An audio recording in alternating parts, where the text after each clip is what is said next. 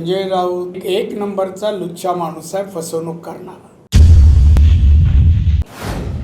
आता संजय राऊत असं म्हणतायत की आपली सत्ता 2 महिन्यानंतर येते आणि त्यानंतर नारायण राणेंना तिहार जेलमध्ये पाठवणार.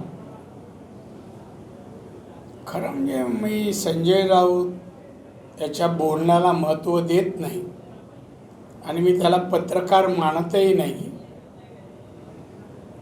एक नंबरचा लुच्चा माणूस आहे, फसवणूक करणारा. तुम्हाला एक बातमी देतो. या निवडणुकीनंतर संजय राऊत उद्धव ठाकरे शिवसेनेत राहणार नाही. 100%. कुठे गाठीभेटी होत आहेत, बोलणं कुठे होत आहेत ते तुम्ही शोधा. दुसरं राहिलं, हे कुठलं स्वप्न आहे? या देशातील एक तरी ज्येष्ठ पत्रकार, भविष्यवाणीवाला सांगू शकतो का 2 महिन्यात सरकार काँग्रेसचं येईल किंवा शिवसेनेचं येईल? शिवसेनेचे 5 खासदार आहेत. 5. सत्ता कशी येईल?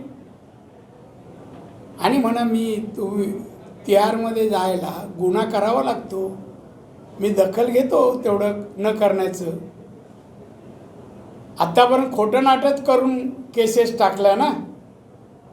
आणि म्हणा आमच्याकडे बरेच आहे. रमेश मोरे आहे, आमचा जाधव आहे, अशा अनेक केसेस आहेत. संजय आपलं हे सिंग वगैरे आत्ता जे आम्ही सांगतो ना केस, हां ते आता नवीन आहेत, पण जुने बरेच आहेत पेंडिंग आम्ही ठरवलं तर.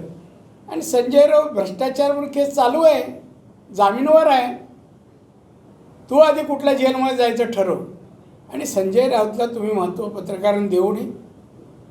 त्यांनी शिवसेना बाळासाहेबांची संपवली. उद्धव आणि आदित्यला संपवण्यासाठी त्याचे युक्तिवाद आहे. त्याच्यावर तो कुठल्या प्रकारचा माणूस आहे ना, त्या पाटकरांची, डॉक्टर पाटकरांची केस आणि काय प्रकरणं जी आहेत त्यांनी केलेली ती प्रकरणं बघा आता सगळी बाहेर येत आहे. आजचा प्रहार वाचा नितेशने दिलेत. त्यामुळे त्याच्याबद्दल वगैरे वेळ घालवू नका. आणि परत मला त्याचं नाव घेऊन मला प्रश्न विचारणार. आज तुम्ही एवढ्या आत आलात. देश विदेशातील प्रत्येक घडामोडींचे लाईव्ह अपडेट मिळवण्यासाठी आता साम टीव्हीच्या सर्व सोशल मीडिया प्लॅटफॉर्मला लाईक, फॉलो आणि सबस्क्राईब करा. तसंच सर्व नोटिफिकेशनसाठी बेल आयकॉन प्रेस करायला विसरू नका.